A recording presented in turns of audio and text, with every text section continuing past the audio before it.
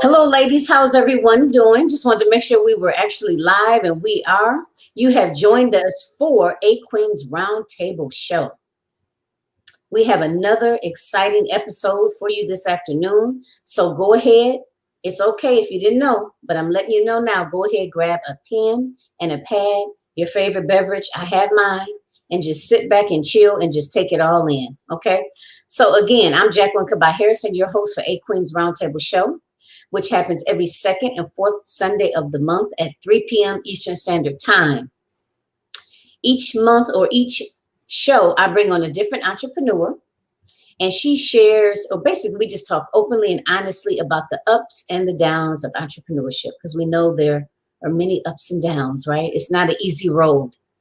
So without further ado, I'm going to let my special guest introduce herself.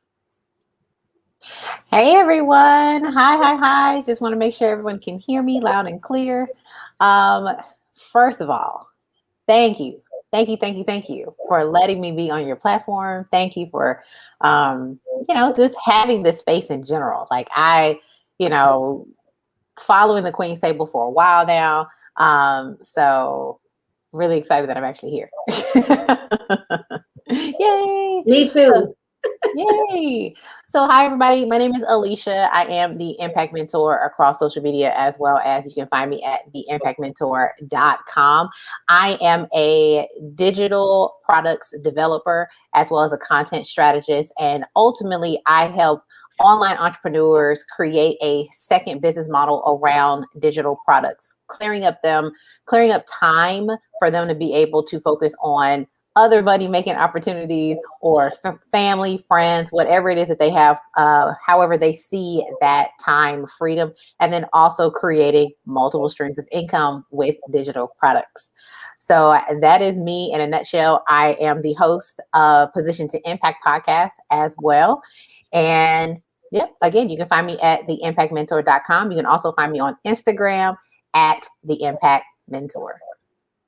Yes. So ladies, also just want to kind of bring your attention to the fact that her website is listed at the bottom of the write-up. Okay. So if you want to, look her up or contact her, at some point it is there, go ahead and, and it'll be there, but I just wanted to call your attention to it. So again, we met a while back. I don't remember how long ago, but I believe I was on your podcast, right? Yes. A couple years ago.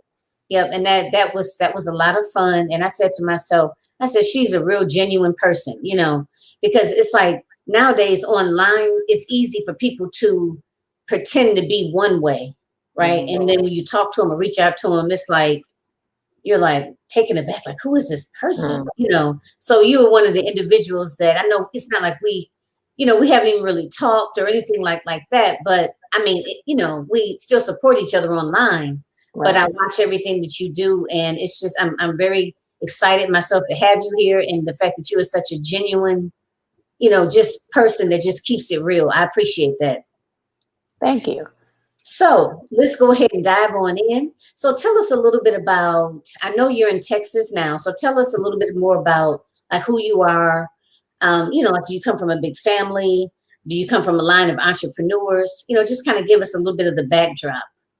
Yeah. So on my mom's side of the family, I have a plethora of second cousins. So my grandfather was one of 12 children. So I have a ton of aunts, uncles, second cousins, not a lot of first cousins.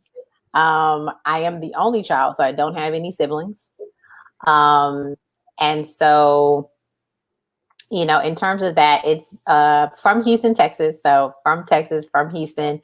I've lived in Houston. I lived in San Marcos, Texas, and I've lived in Arlington, Dallas, Fort Worth kind of area as well. So kind of, been up and down from north to the south here in Texas, kind of living. What else? I'm a fur baby mom. I have a Chihuahua that's 16 years old. She's been with me since 2007. So, gosh, just in terms of entrepreneurship, here's the funny part. I tell my closest friends that I never had a dream to be an entrepreneur. My dream was to create something that helped people. And so I knew that was going to potentially make me a entrepreneur. But to sit here and say I had dreams of being like a CEO of my own business and having a Fortune 500 company and no, that was never the vision. The vision was I wanted to take my skills, my gifts, my talents, and formulate that into what can I create that actually help people. That is what was my motivation. It's interesting to hear you say that because, a lot of people that are entrepreneurs, you often hear, well, I hear a lot of mixed things. Sometimes people say, well, I come from a very long line of entrepreneurs, so I had a lot of encouragement. Then I hear a lot of people say, no, I'm like the first one, but what's even more interesting is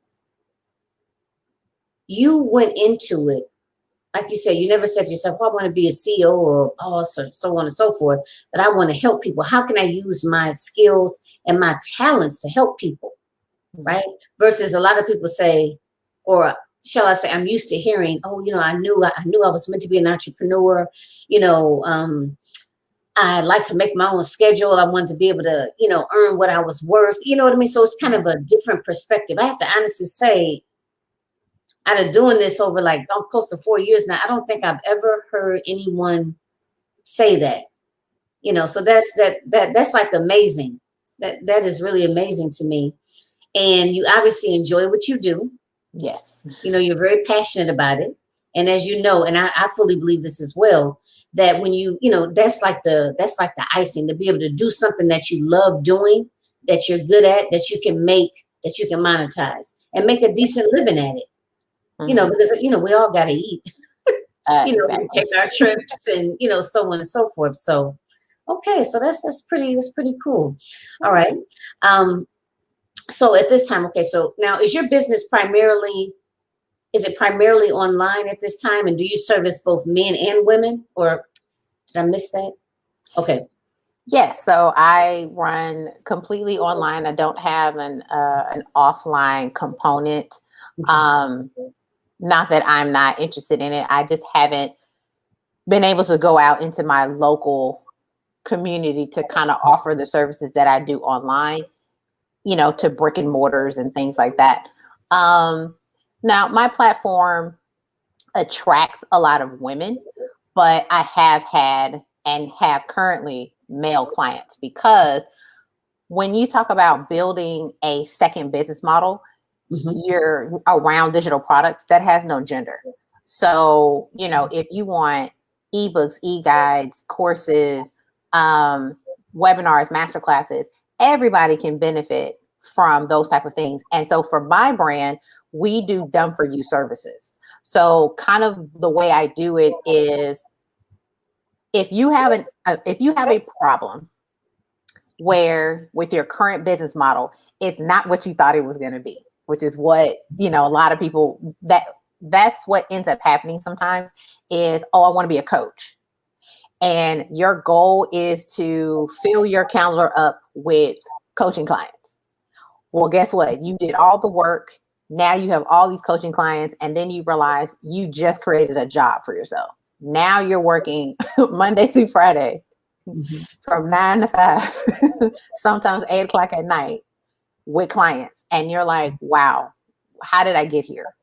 And I can't break away because this is the model that I built. I'm going to lose money, things like that.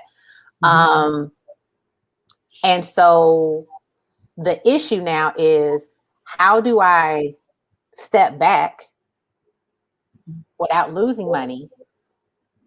Or how can I make more money? Because I actually like what I do. I don't mind working 9 to 5, but I want more money.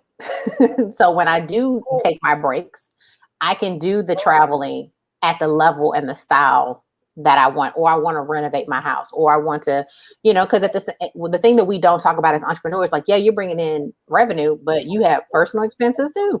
Like you have to pay your rent, you have to pay a car note, da, da, da, da. Mm-hmm. So depending on how much revenue you're making, your personal expenses might be eating that. Mm-hmm. So how do I make more money without sacrificing more time?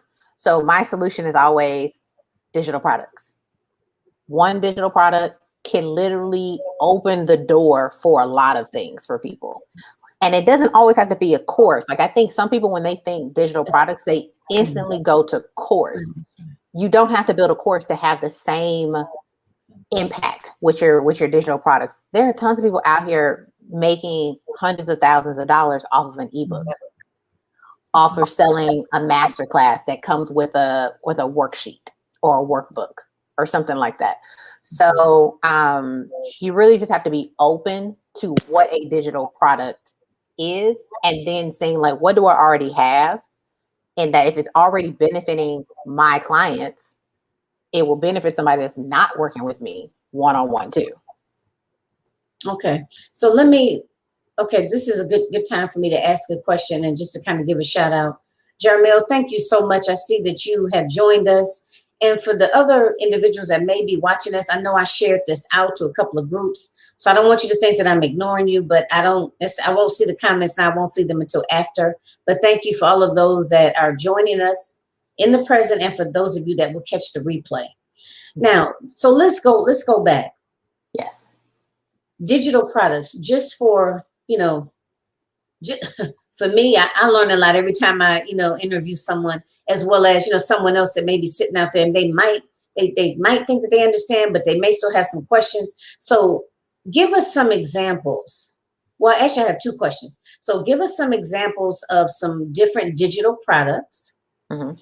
And then secondly, kind of walk me through when someone reaches out to you and they say, I think I'm interested in what you do. How exactly can you help me? Yes. Talk a little bit more about that. Yes. So types of digital products. So ebooks. Okay. You have people, there's something that that it's not necessarily that you want to get in front of a camera and just start talking. Sometimes you just might want to write it down. Mm-hmm. So if there is a topic that you would like to discuss in length, a lot of times what I tell people is, if you already have a video, if you already have a recording from a coaching conversation where you're like, you know what, I actually went and taught this client how to do X, Y, Z. I even went in and told her why we do it, why it's important, how to do it, what's going to make the most of it. Taking that and transcribing it into text. So using a transcription service and having it put it into words for you, then editing it, making it, putting a nice little cover on it. And now you have an ebook. And now you can sell that. And I think a lot of times people instantly think, oh, okay, now I'm going to go sell this on Amazon. You don't have to. There are a lot of people who do not sell their books on Amazon. Okay. They sell their books from their own website. Okay. From their own landing pages. So that is a digital product. And you know what? I have to say this. When I think of ebook, I didn't realize it could be something as basic as that. And I think, because this is like a light bulb going off for me too, as well as I'm sure some other people. But like you said, I mean, a lot of these coaches, they do so many lives and even like a basic coaching session. You can even look into your arsenal and take some of that and make a digital product out of it. So for what I'm hearing from you, it sounds like that's something that I guess that's what you do. Yes. Right? Okay. Yes. So I would kind of consider that more like repurposing. A lot of people think they have to reinvent the wheel. If you said it once, you don't have to redo it. It's just, how do I did a webinar, transcribe the webinar, turn it into a book. If you wanted to be more graphic based or more like 50-50 graphic, then to make it look more like a magazine or something, cutesy, because some of us are kind of cutesy like me. Make it into an e-guide, which is the same concept, just transcribing it. Maybe cutting out, what you feel like is repetitive, or, it's not the meat of the sandwich.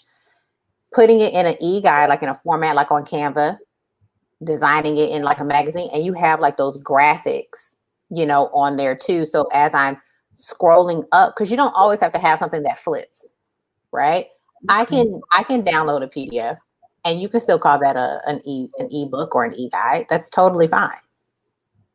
So, but it is something that you can still sell, because at the end of the day, if you're able to help and support your audience with something, that is the ultimate goal. So that's an ebook. So things like webinars, I'm drawing a blank. Just trying to think Webinars, master classes, old coaching videos that you have on hand, live streams that you've done. Especially, think about this. What people don't realize is 15 minutes of audio is a lot in text. We're not talking about these hour-long presentations. I'm literally talking about live streams that you got on camera for 10, 15 minutes. Wow, that's amazing. Yeah. Once you transcribe it, you have the text. You know what? I'm getting excited now. Okay, so do you help people? Okay, so help me with this part. Like what people have, because you have an. I'm looking down at your resume here. So you have an academy.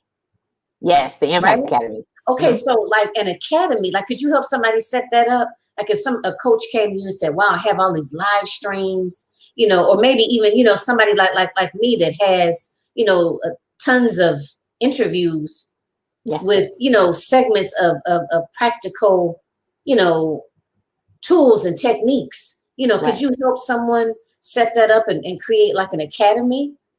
Yes. So part of my brand. So the way I kind of do it is, once we establish, you're like, you know what? Yes, I want digital products as a second layer to what I'm currently doing. Then, the level is, okay, I can either do it for you, I can train your team how to do it, or I can train you how to do it. And so when it comes to doing it for you, which is part, my agency, I have a Done For You agency. Yes. So we could set up and have your own like membership site type of process where you can just basically have a holding tank, or, for your podcast, let's just say you wanted to offer like some bonuses for your listeners, but you're not going to put them out just for everybody. You really want it to be for your loyal listeners and followers and things like that. Then having some place for those things to sit so that they have to, log into. So for example, my academy is on ThinkForget. So when I'm doing, when I'm on my podcast and I'm like, okay, hey, I have a handout that's relative to what we're talking about in the episode. I have the nine steps to building a digital product, and it's a PDF. Well, I put that inside the Impact Academy. So you have to join the Impact Academy to get it. Okay. I got you. That way, if they want it, like you said, they have to join. Okay. Correct. Okay.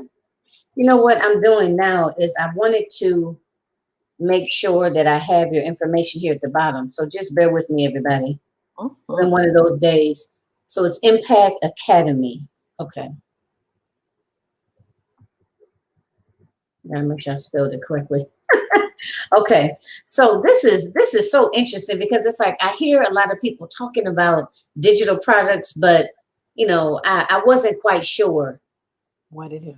The extensiveness of a digital product. And I definitely realized it was that easy to create an ebook. I'm going to create me one. That's why I love to start with, it really just depends on what level, what stage, and and really what you care about. Some people, they want that Amazon book status, right?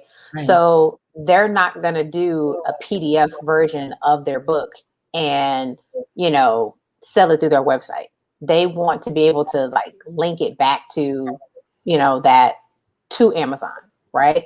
Okay. So, which is totally fine. But I know I have bought books that were not on Amazon, that was just sold from the seller. Okay. And it was a PDF. I have bought those books before.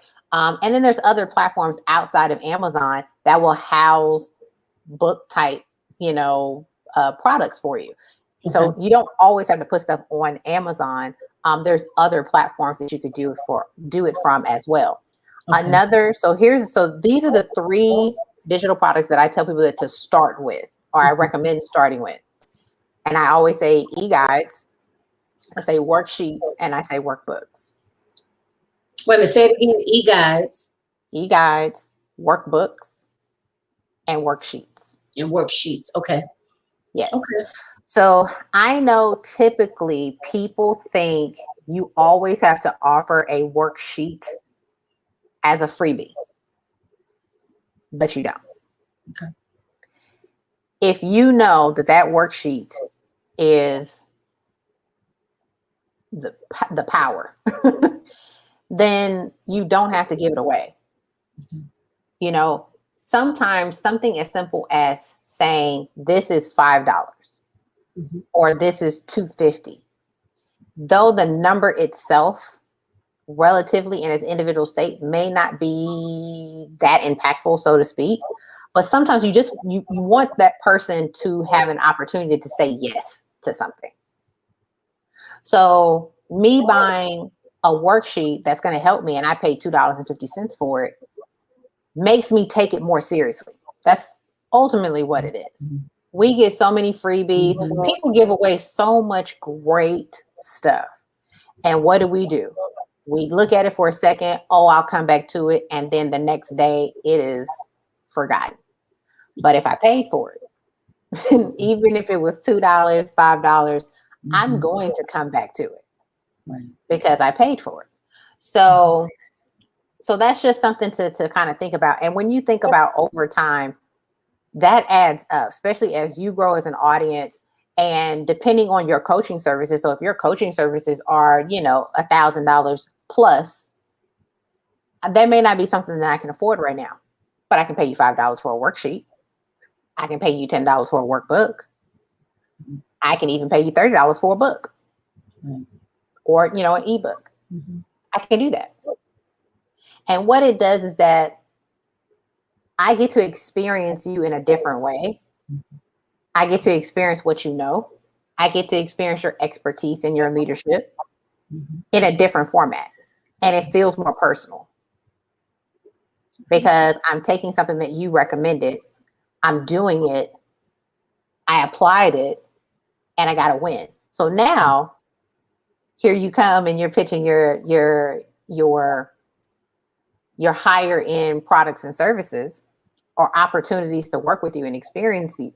Mm-hmm. I'm more likely to buy them at that point or pay for them or invest in them at that point. Or at least, you know what, that's what I've done. Mm-hmm. Like let's say if I, run across a coach and I like their style, maybe I run across a live stream, let's just say. And I'm like, wow, I like this person. I want to hear more of what they have to say. That's what I would do. I would, follow them. Then maybe I would get into their Facebook group, if they have one. Take a couple of their free offers, and like you said, that gives you an opportunity to really see what that person is about, to see if you feel like they have something that you want more of. You know what I mean? So it's kind of like stepping stones, if you will. Because everybody I've gotten coaches services from, I was in their group first, like a free group, or maybe I was on their show, got a chance to talk to them, and so it's kind of it was a building block process, if you will, right. So yeah, okay. Well, that's been very. Let me just go back to the comments part. I just want. Did I put that in there correct? Yes, I see it. Okay. So let me just. Oh, wait. I think it's okay. So it's tell supposed to me. be the Impact Mentor. Oops. See. Okay. Oh, it's okay. Let me go back to it. So let's take it down, and I'm just going to correct it. Okay. So I'm going to correct it while you are. Does it say? But you know what? On the bottom. Oh my God. Okay. All right. So I was just going to say I do have it right on the other on the write up. Okay. So I corrected it. I do apologize. So let's see. No So problem. this should be good now. So let me ask you this while I'm Yes. putting this up here. Let us know some different obstacles that you may have had, whether you want to share, something from on a personal level, or whether you want to share, professionally, whatever you feel comfortable with. Let us know an obstacle that you've, you know, I don't like to use the word overcome, but that you have had, and how you adjusted to it, so that it didn't allow you to stop or basically just give up, or that sort of thing. Yes, I can actually tell you what I'm actually currently and actively trying to overcome, as as you say, or get to a better side of it. So I started my business 2015, so 6 years now. And so at the time, I didn't know, but I found out this time last year is that I had really bad, I had anxiety disorder. So a lot of things I didn't realize was days that I wanted to go live, or I wanted to show up, or I wanted to do more, I couldn't make myself do it. And so the guilt would set in, or I would put too much on my plate, get overwhelmed, get burnt out. And it wasn't until this time last year, when after I had been in the emergency room twice, we confirmed that it was anxiety. I was having panic attacks the whole night. My body had just started rebelling against me. So trying to understand first what anxiety was, then trying to understand what anxiety was doing to me, then trying to recognize what anxiety looks like mentally and what anxiety looks like physically. And then trying to say what's triggering it, and how can I stop the triggers, all while working with clients, growing a business, being a full-time employee. Surprise, I'm still a full-time employee. So running a done for you business, even right now, I juggle about 3 to 4 clients at any given time while being a full-time employee. So to add this layer of anxiety, yeah. Yeah, trying to learn it, trying to understand it, trying to get ahead of it, trying to, I had to learn coping skills. I had to learn, how do you catch yourself? I actually have right here on my desk this one little thing that helps me and saves me every time. It's Peppermint Essential Oil. Okay. And so the way I use it is, especially now that we have to wear, masks and things, I literally just drop a dot on it, put the mask on, and now I have something that I can smell that just relaxes me. Okay. So that's been something that has been a really good game changer for me, because I don't want to take medication for it. So other than going to therapy, at one point I was going to therapy twice a week. Okay. So therapy, essential oils, just finding out, testing different testing different coping mechanisms that will allow me to clear my mind so that I can be what I need to be for my clients, for myself, for my parents, all the hats that we wear, mom, daughter, my parents support me, but at the end of the day, if they need me, like I have to be on. A couple weeks ago, I was at my mom's house trying to help her cut down a tree limb. She don't care. She don't care, that I'm supposed to be going live right now. She's like, I need you to help me cut this tree limb down though. So I'm like, okay. Oh God, I love it. But this is real talk though. Let me just look. I gotta sit back. I gotta get comfortable now. I mean, real comfortable. Yeah. Okay, so get a little swig of water. Let me just tell you that. Whew, I gotta exhale. Okay. First of all, I think that I appreciate your candidness. And I say that because a lot of times people are, there's all sorts of negative associations around mental illness, some form of mental illness. And a lot of people suffer in silence, especially our men. And I'm not going to even, we ain't going to even go there. That's a whole nother show. But just within the African American community, I think it's such a stigma around, mental illness. And such a stigma around, and when I say mental illness, ladies and gents, I'm referring to, anxiety. I'm referring to anxiety, all the social phobias, bipolar, depression, all the way to, schizophrenia.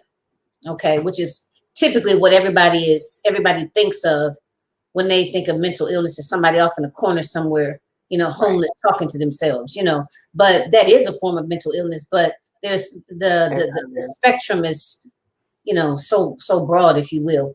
And what ends up happening is a lot of people. Okay, so that's one thing. I appreciate you actually sharing that, because I feel that it takes a lot of courage to share something like that. And it also brings it more, in people's faces, and I hope that some of the individuals that may be listening may hear this and not feel so stigmatized, or not, blame themselves, and begin to take action to try to see, what works and the best way to cope with it. Because a lot of people, they may experience that, but they'll just go take a drink, or they'll go smoke some weed. You know what I mean? Yeah. And they're like, oh, I'm cool, I'm good, but actually taking the time, like what you had to do, which was to actually, I guess, research it and understand it, because I'm assuming it wasn't really something you were familiar with, so you kind of had to learn what it was, and like you said, how it impacts you. What did you say, physically and mentally, right? And then go through the whole process of beginning like treatment for, whether it be talk therapy or combination of that with, like you said, what was it? The peppermint, like different essential oils. And by the way, I've heard some awesome things. I have a friend that she's a, what is it called? Young Living. Is that what it's called? It's an all natural company, and they focus mainly on essential oils. And I know that they branched off, but it's all, and she just talks about the powerful benefits of some of the essential oils. So now is peppermint, does that just work for you, or is that something that it's typical for, to calm, like a calming, to calm you down? I think this is for me. I haven't read anything like, oh, if you're anxious, go, get you a bottle of peppermint oil. I think you just have to determine what is. Now, when I'm saying essential oils, right, and I'm not an essential oils representative, nothing. I just know a very, very, very, very basic. I don't use this topically, so I'm not rubbing it on my skin. When you start getting into that stuff, I know nothing about that. I'm literally using it for smell purposes, because I'm sensitive with my nose. Okay. So, and I bought peppermint oil, lavender. I mean, because we're used to it, right? We buy candles. Mm-hmm. So what scent puts you in a state of like nirvana. I'm in a spa-like experience, or I'm on the beach somewhere and I just completely, relax, right? And for me, it was peppermint. So that's just what I use and gravitate, and I just buy. I use it in my, where's my finger? I use it in my diffuser.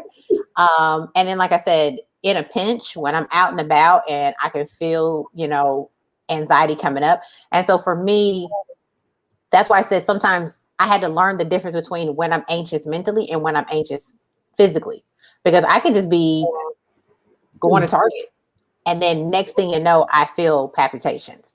Next thing I feel like I'm taking shallow breaths. I feel my jaw tightening, and I'm like, oh, okay. I'm nervous about something. I don't know what it is. So me trying to make myself calm down doesn't work. So that's when I keep this in my purse. And so I'll take that and I'll just, like I said, put a drop on my mask. I have something that I'm inhaling while I'm walking around, and it's calming me down. It's calming my body down. Okay. So I don't have a full-blown panic attack in the middle of a store. You know what? I don't know how many of you listening have had a panic attack, but I've had one. This was a while ago, and I'm telling you, I felt like I was going to die. So, it's that's amazing. To know that you figured out a way to calm yourself down, because that, when you can't breathe like that's something else. And even thinking about, I would get anxious thinking about getting anxious again. Yes. You know what I mean? And, so then it becomes a cycle, so I commend you on that though. But well, thank you so much for sharing that with us. Yeah. Yeah. So I would say that's my biggest Obstacle. current obstacle that I'm trying, and I'm getting ahead of it. Like I said, probably for 7-8 months, I was going to therapy twice a week because I needed it, because I did not want to take actual medication. Don't give me any Ritalin. I don't want none of it. So my decision was see a therapist twice a week, essential oils, sound therapy, heat therapy, whatever I got to do to relax, and then understanding what's happening. So my therapist is helping me understand what is anxiety, what it looks like, then helping me realize, okay, what is your body doing, Alicia? What have you noticed what you do? Because your body is trying to tell you what something is wrong. And so a lot of times that's what she taught me. She's like, your body tells you something is wrong. And a lot of times we just ignore it and she says, so the panic attack is, we tried to tell you, you ignored us. We tried to, you tried to calm me down on your own, and it didn't work. So now I'm just going to do the only thing that I know how to do to get you to stop. And I'm just going to spaz out. Right. Basically. Yeah. Because that's what our body is designed to protect us. So it's like, if we keep going, something bad is going to happen. So I'm going to spaz out so I can get you to stop. Right. And relax. Because if you notice, after a panic attack, like, you're very lethargic afterward. Like, you don't have any energy, because it wants you to stop. Your body is trying to tell you, stop. Whatever you're doing, stop. Whatever you're thinking, stop. Right. We don't like it here. Right. We don't like it here. Now, do you incorporate any sort of like meditation or yoga too? Okay. Well, yoga, no. Do I stretch occasionally? Yes. Like, I'll get the yoga mat and I will stretch my body, things like that. But really, kind of my personal coping mechanisms that I use: A, essential oils; B, I use what I like to call sound therapy. Okay. So on YouTube, you can type in things at different frequencies. I put my phone on airplane mode, so I can't go look. But you can type in like 438 hertz or I like to use the 638 hertz, and it's HZ. So you just type in 638 hertz and you come up with it'll come up with all these sounds. And they almost sound like spa music, like stuff that you would hear in a spa, like that very Zen meditation, like, but they play them at different frequencies. Okay. So I use those when the anxiety is in my mind. And what I mean by that is that's the clutter. I can't think, I can't focus.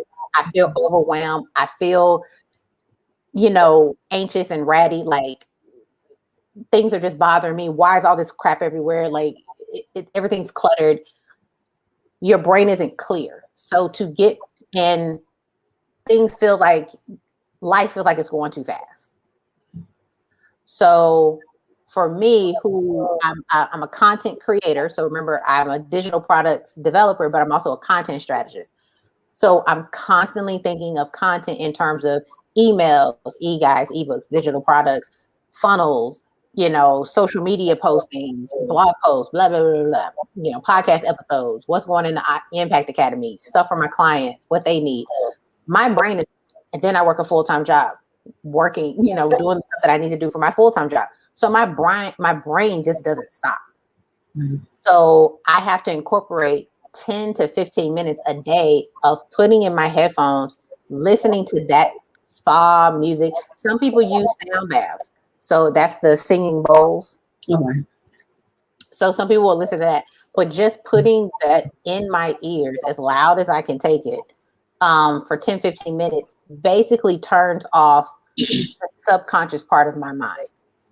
Almost like meditation. So some people, they struggle with actually sitting still, being quiet, and stilling the mind.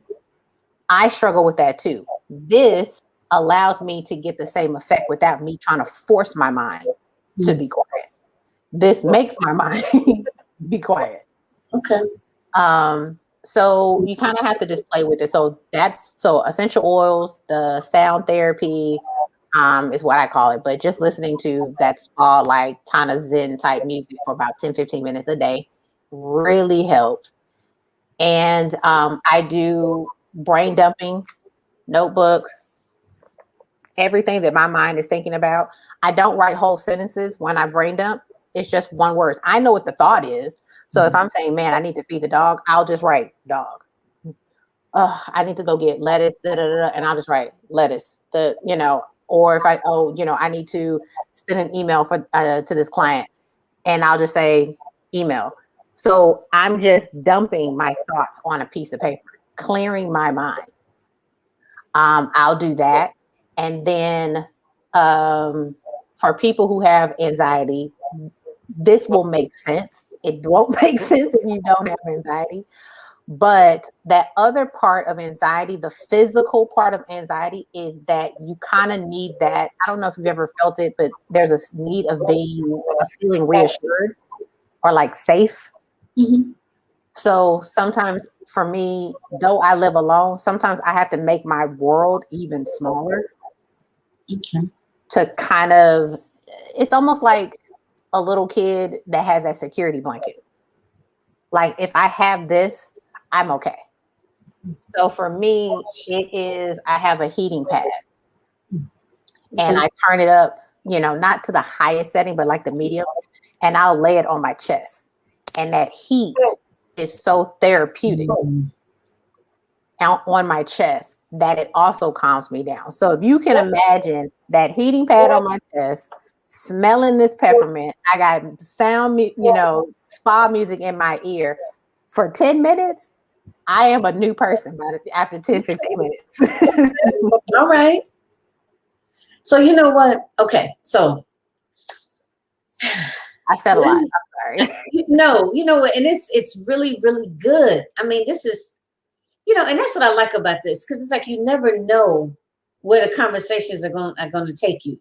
I love it. But let me just say, ladies, I'm sorry. Like I said, I can't look at everything at one time. So I just want to acknowledge a couple of people. I don't know if you ladies are still here with us, but Nikita Davis, Erica. Uh-oh.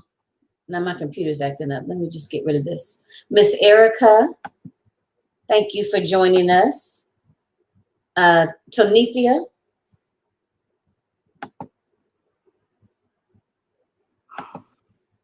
Okay, I had a bunch of pop-ups on my screen. Pastor Kanzada, thank you for joining us. And I just want to see if there was any particular questions. Pastor Kanzada was asking if you podcast, which I'm pretty sure you heard her say that she does. And what's the name of the podcast again? Position to Impact. Okay. And like I said, I just want to see if there's a particular question. They're terrible. Oh, Tanithia made a comment about the anxiety. So she probably experienced it too, because she said they are terrible and you feel like you're getting ready to leave from here. Yes, that's what I said. Like you feel like this may be my last breath. Okay, so nobody else asked any particular questions. Okay, so thank you, ladies, so much for joining us. So much appreciated. Okay, so again, thank you so much for sharing that with us. Yeah, no problem. Now, your actual topic, I was trying to say, I think there's some other comments here too. I'll get to them in a second. So your actual topic, the name of your topic that you gave me was the power of being present. Yes. So I would assume that has something to do with anxiety as well, because we are all, I know me, myself included, I'm thinking about something that happened and that I didn't like the way it turned out, or something I could have did better, or I'm thinking about what I got to plan for, what's next. Right. Okay. So go ahead. And just take your time. I don't want you to feel, like you have to rush through it. Okay. So yes, the power of being present. This is something that I obviously had to learn with the anxiety, because when I tell you, we don't realize the conversations that are actually happening in the subconscious part of the brain. And I'll give you a perfect example. I had a panic attack at work. This was maybe going on a year and a half ago, pre-COVID. So I had a panic attack at work, and I didn't realize that I was having one until I noticed, because I had patients in front of me. So I work at a hospital. So I had patients in front of me, and I'm like, why am I panting? Why, what is going on? I'm trying to catch my breath. What is going on? And then that's when I realized my heart was going 1,000,000 miles an hour. And I'm like, what is happening? So I just had to finish up with the patient. And then, then when they, sat down and went, to the next place, we had a little closet.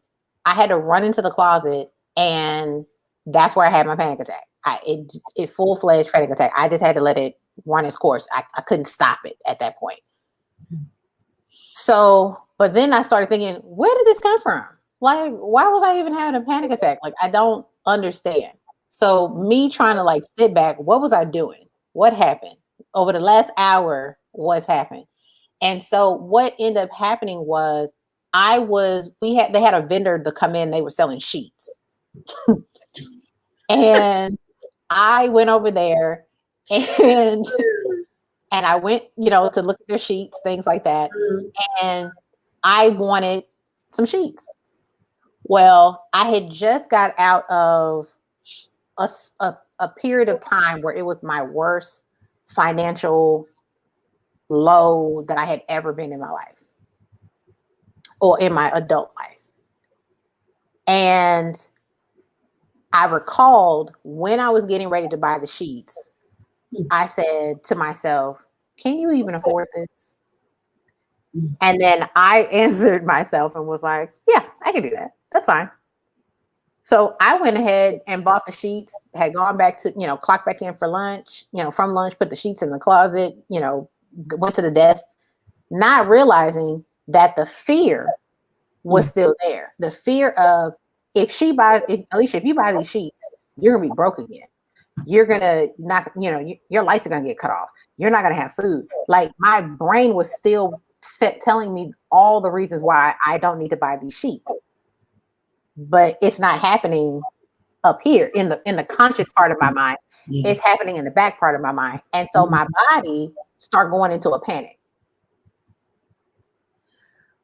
So with anxiety, it understanding what present means is going to be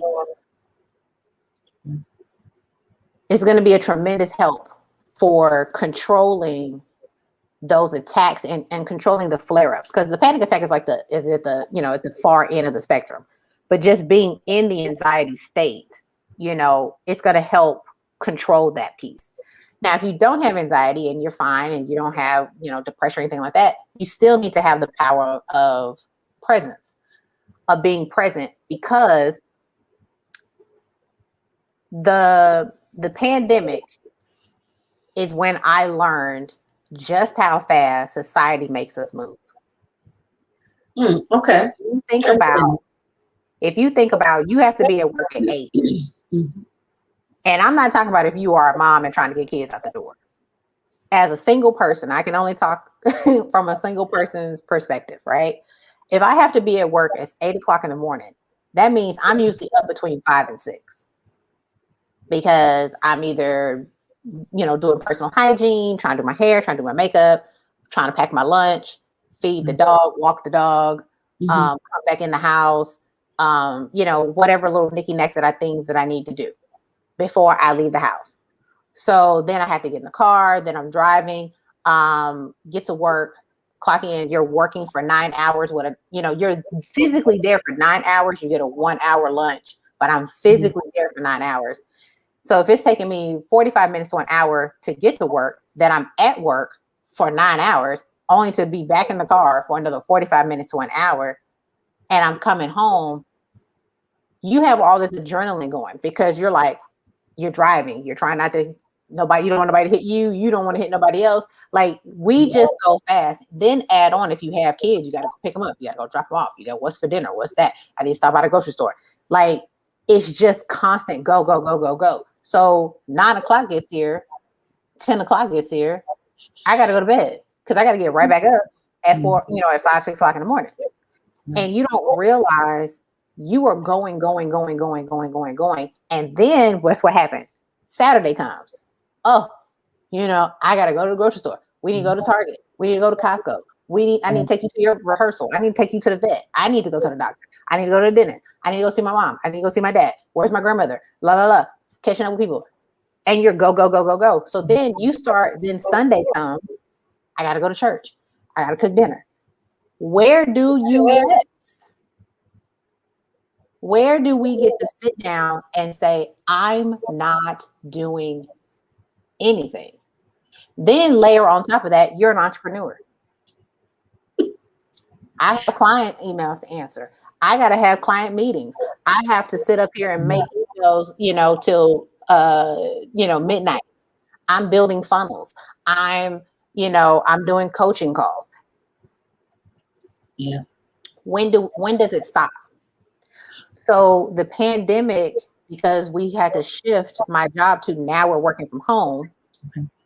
And I didn't realize that my natural body rhythm, and your natural body rhythm is if you had nothing to do, if you had no pressing things to get out and go do. I'm not talking about, I would like to go to IKEA. I would like to go to Home Goods. I'm talking about you have no pressing things to do. You'll start to notice that your natural rhythm is a completely different pace than what you keep up when you were actually going. Mm-hmm. So it took the pandemic for me to realize that my natural rhythm is on a way slower pace. So what? You stuck a little bit.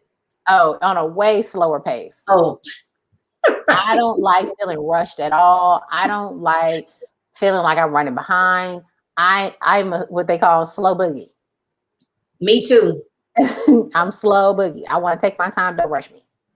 So that has allowed me to be able to kind of almost heal from this constant adrenaline that's being dumped into my body all day, every day. And being able to sit in my house, open up my window, still be present for work, but I can look out my window. I'm in the comfort of my house. I'm not in a uniform. I'm in my clothes. I'm in my PJs. I get to walk in my kitchen, get a cup, get a drink, eat food. You mean I get to eat and it's not my lunch break? What? I get to go grab a snack? I get to walk away from the desk? What? So this is where I started to really notice that being present just gives, it feels like you have more time. I was in that mindset of there's never enough time. I can't do anything because there's other things that I want to do, right? I'm doing stuff for clients, I'm doing stuff for work, I got to get prepared for work, but I want to go to the movies. I want to lay in bed and just binge watch something on Netflix. I want to go to brunch and go to dinner, but in my mind, I never had time to do that stuff and it wasn't necessarily time itself because we all have the same amount of time. It's when you are constantly going, your mind literally tells you don't have time. Okay. But if you can slow down enough, be present enough. And what do I mean by being present?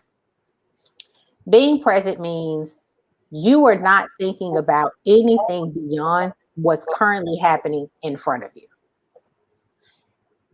I am a millennial, so the internet has always existed for me. Video games has always existed for me. Now, has social media always existed for me? No. Having access to a cell phone, has that always existed for me? No. But I say that to say I've always had something electronic to entertain me when I'm trying to decompress. And I just noticed during the pandemic, my moments of being present was when family came over. Nobody's watching TV. Nobody's on their phone. We're just engaging, talking, eating, cracking jokes, just enjoying each other's company. And I realized that time felt like it stood still. That is what I mean when I say being present. It does. You're not aware of time. You're just here. Versus you're going to spend the next 3 hours binge watching something on Netflix. And typically there's a difference. I want to catch up on this show. I have blocked off time so that I can do that. That's different versus, man, I have a whole laundry list of things that I need to do, but I don't want to do it. So I'm just going to watch one episode, and then one episode becomes 2. So now you're not using it in the sense of this is the time that I set aside to enjoy it. Now I'm using it as escapism. And escapism is a completely different experience. Your brain is not decompressing. It's just absorbing more and more and more and more. You're not turning your mind off. You're just giving it more to think about, more to process, more to take in and absorb. Even when we're scrolling on social media, even as a business owner, I do social media management on Instagram. Being on Instagram is my business. But we don't realize that when you're scrolling, you are absorbing other people's opinions. You are absorbing other people, you're hearing their voice. So you're not shutting your mind off, you're just taking in another voice. So let's make that distinction again. So you said there's a distinction between being in the present, my finger in the camera, between being in the present and escapism. Is that how you okay? And being or escapism is just let me see. I guess you're not really thinking about what you have to do per se, but you're constantly taking in different, I don't know, ideas or different noise, so to speak, I guess. So like if you binge watch something, that's still a part of escapism. Yes and no. So escapism is more so, I don't like it here and I want to get away. Okay. I have a lot of things to do, and procrastination it's a form of procrastination. There's stuff that I need to do. I don't want to do it.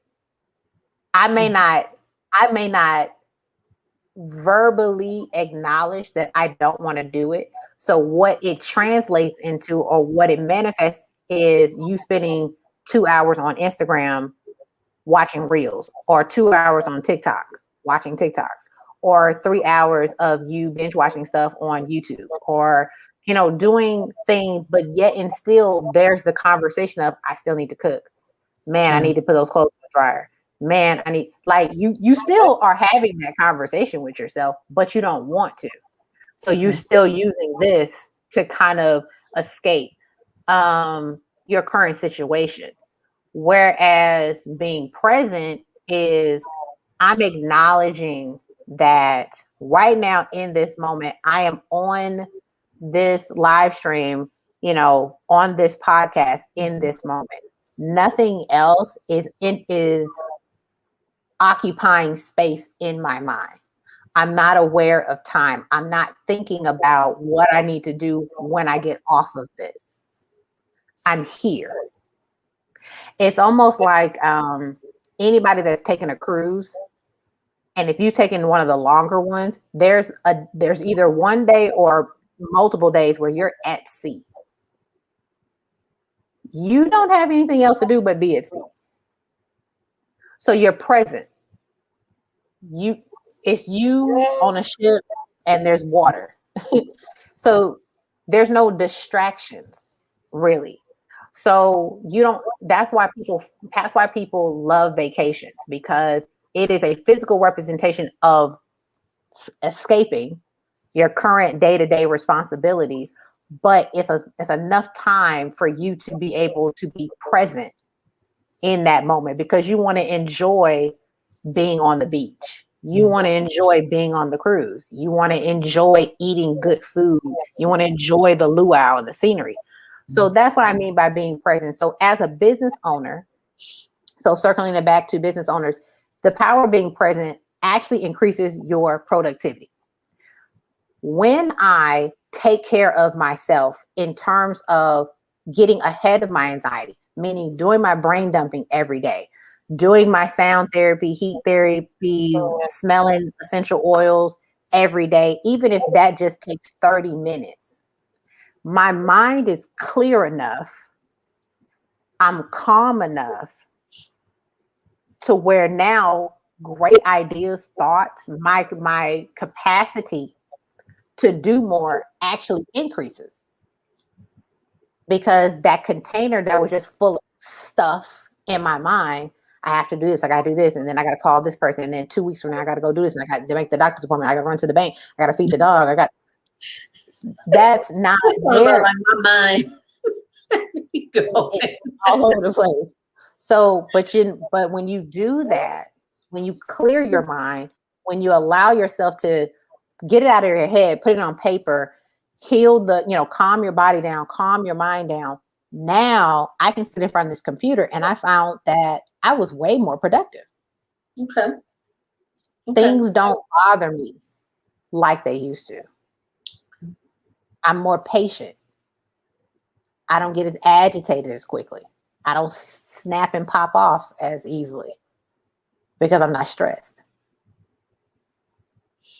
This has been an awesome show. I mean, this has been just awesome. And as I'm sitting here, and I know I shared a little bit about, myself dealing with some anxiety. And for me, it happened back in like, I think it was let's say 2000, between 2000, maybe 2001. And it like hit me like a ton of bricks. You know what I mean? It appeared or seemed to have just come out of nowhere. But the thing of it is, I didn't mean to hit my computer. But the thing of it is, like you said, there's so much that goes on in our subconscious that we don't even recognize. And I think for me, what it was, was I had been so stressed out over a long period of time, with like a, dysfunctional family and so forth. And I was always in that fight or flight mode, that I didn't really start to experience that type of, or that form of anxiety, or that extreme, until things kind of settled a little bit. You know what I mean? Yep. And so it seemed like it came out of nowhere, but it was really like a buildup. Like I always describe it like a pressure cooker. Like you can only keep, be bubbling, and that top only stay on for so long. Then eventually the top comes off. So my top came off. I was like, I remember being on campus. I was at Clark Atlanta University, and I remember saying to my friends, I was like, listen, we may have to go to the emergency room tonight, and because it was just, I couldn't control it, and so, that was just, whew. So anyway, so ever since then, I've always dealt with anxiety. So it's just a matter of me figuring out how to deal with it. Now, when you mentioned about the present, like I do West African dance. I mean, I've done it now maybe since like the mid 90s. So when I go to a dance class, I am like completely in the present. I'm telling you, it doesn't matter if I got a headache, like on the way to class or whatever. Like I could be at work all day, I could be yarning and tired. And then, people are like, why don't you just go home and go to bed? I'm like, nope, going to dance class, or if my leg hurts or I got a headache or my stomach is upset. It doesn't matter. When I get to that class, I hear those live drums and I'm, expressing myself through movement. I am completely in the present. So it's like it just wipes away everything. It's almost like a clean slate. Yep. Okay, so I mentioned that because what's happened with me is over the years, I have grown so accustomed to replenishing, if you will, through dance, through, group exercise, basically through movement. I'm a real big movement person, and what has happened since I don't live in New York anymore and I'm not in Atlanta, I'm back in Michigan, it's not as much going on here. Okay. So I've kind of had to try to figure out different ways to center myself, if you will, or to ground myself, because I had become so dependent on doing it with dance because it was always such a plethora of classes to take. You know what I mean? I could have taken a class 3 or 4 days a week if I wanted to, so it's like I had to kind of accustom or just, find some different ways to be able to, just be present, just to kind of replenish myself. So I totally know what you mean when you say being in the present, and I think probably some people listening probably don't even know the last time they was in the present, or they may think they're in the present, but they're really not, so, but that's really when you are only focused on what's going on. You're not thinking about what happened before. You're not thinking about what like, okay, I'm on with you. Now I'm thinking like, dang, I still got those dishes to finish up in the kitchen. Or I got to go pick up Jason and, get him ready for school. Not virtual learning. Yeah. Like that virtual learning. I feel like I'm a teacher now too. I know those of you that have school-age children, listen, I don't see how them teachers do it. I really don't, because it's about to make me lose it. Okay. But at any rate, I digress for a minute. But I totally know what you mean about being in the present. And one of the things we always talk about too is self-care. So since you kind of dove into that, I won't pose that question to you again. But I guess so in closing, tell the ladies, well, of course you're going to tell them about your academy and where to find you, so on and so forth. But I want you to, end on a note of like, either if you want to just a message to the listeners out there, or maybe if you want to answer the question, because this is something I ask often, what advice would you give to a younger version of yourself, or maybe another young lady, that's experiencing some anxiety, or just, just like I said, just some closing thoughts. Wow. Okay.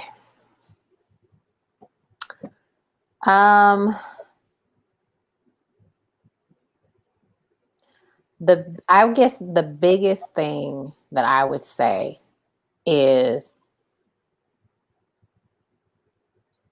acknowledge that you need help. Okay. Even if you don't know what that help is going to look like. Sometimes you can tell from a instinctual thing, something is off. I don't feel right. Something, why am I constantly nervous? Why am I always sad? Why do I always get angry? Why can I just go live? Why can't I be more consistent in my business? Why? Like, we have these questions, but we have no answers. And I believe if you can get to the first step of saying, you know what, I may not know, but I'm sure there's somebody else out there that does know. So I need help. I kid you not, just acknowledging that you need help, you then start to notice help. You start to, and I was going to therapy in person at one point. Mm-hmm. And when I hit my low financial thing, my copay was, I had health insurance. My copay was only $35. I couldn't even afford $35. That adds up. It does add up, though. So I had to stop going to therapy because I couldn't afford it, though I needed it. And I was like, okay, but I still need help though. Next thing you know, all of these ads, BetterHelp and all of these counseling type of apps, I'm seeing all these things. So I'm still researching them. I'm still doing all of these things. And even them I couldn't afford, but I just kept looking pretty much. So finally I came across an app that my insurance covers 100%. So now I was able to get therapy through that app and I didn't have to pay out of pocket for it. So I'm saying that to say, just because I got to the point where I'm acknowledging that I need help, and now I'm starting to look for said help seems to pop up out of nowhere. But it's really not a pop-up, is that I acknowledge that I need help and now I'm looking for it. So whether it is you need help with your mental health, whether you need help with your physical stuff, you want to work out, you want to eat better, you want to do all these things. Sometimes everybody can't do it on their own. Everybody doesn't have the willpower. And I think that's the other piece I would say.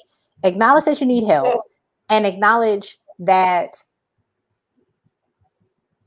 just because you need help in a different way that somebody else might need help is different. Okay. And that's okay. Meaning if you have to, if it's a struggle for you to wash dishes, or it's a struggle for you to wash clothes, even asking your friend, hey girl, listen here, I know this is going to sound weird, and I've done this, that's why I know that it sounds weird. Can you just come over and sit on the couch? As long as there's somebody in the house, it makes me want to clean. But as long as I'm in here by myself, I don't have enough care to do it. Okay. So, and people who love you, they'll be like, okay, girl, I'll give it over there. That's fine. Everybody's laptop, blah, blah, blah. And that's okay. So,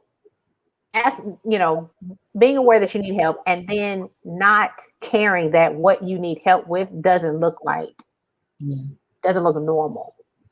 Ask for what you need. Okay. Here, point blank. That's what I would say. Okay. All right.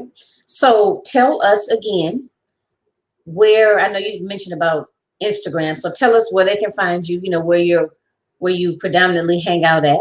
Mm-hmm. And if you have, whatever your upcoming programs or offers are at this time. Yes. So you can always find me on Instagram. So Instagram at the Impact Mentor. That's where I'm at. That's where I hang out at. I'm always on there.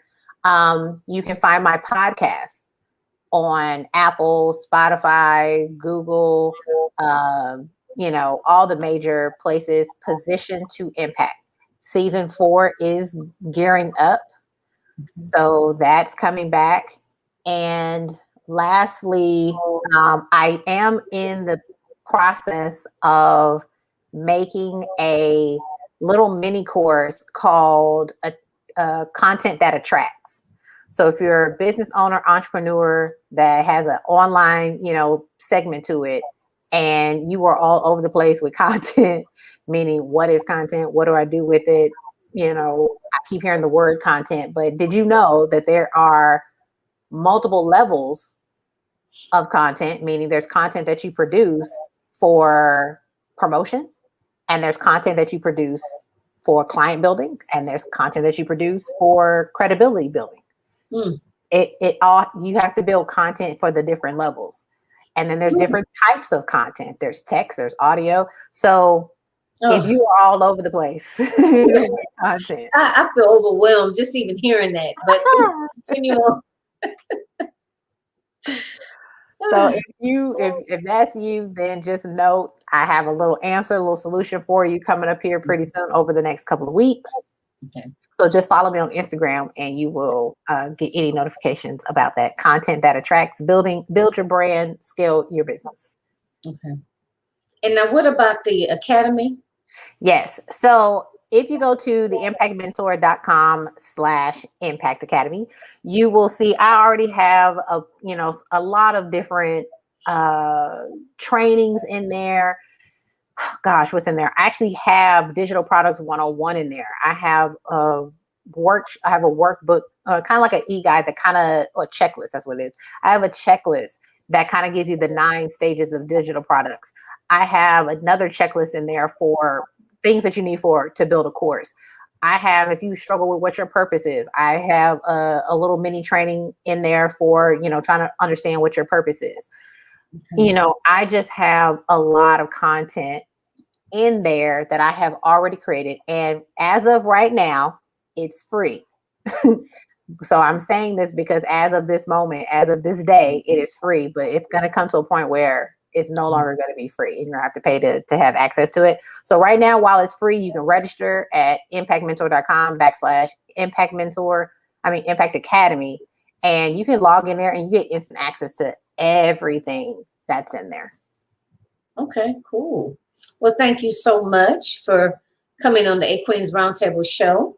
Yay. Again, thank you everyone for joining us. And for those that catch the replay, again, I am Jacqueline Kabay Harrison, and this is A Queens Roundtable show. Happens every second and fourth Sunday of the month. And if you are interested in being a guest on the show, the link is in the write-up. All right, so just click that link and apply, and let's chat. So thanks again, everyone. Everybody enjoy the rest of your Sunday afternoon, and I will talk with you all again soon. Bye, and thanks again. The Impact Mentors. Talk to you soon, okay? Bye. Thank you so much. You're welcome. Bye-bye.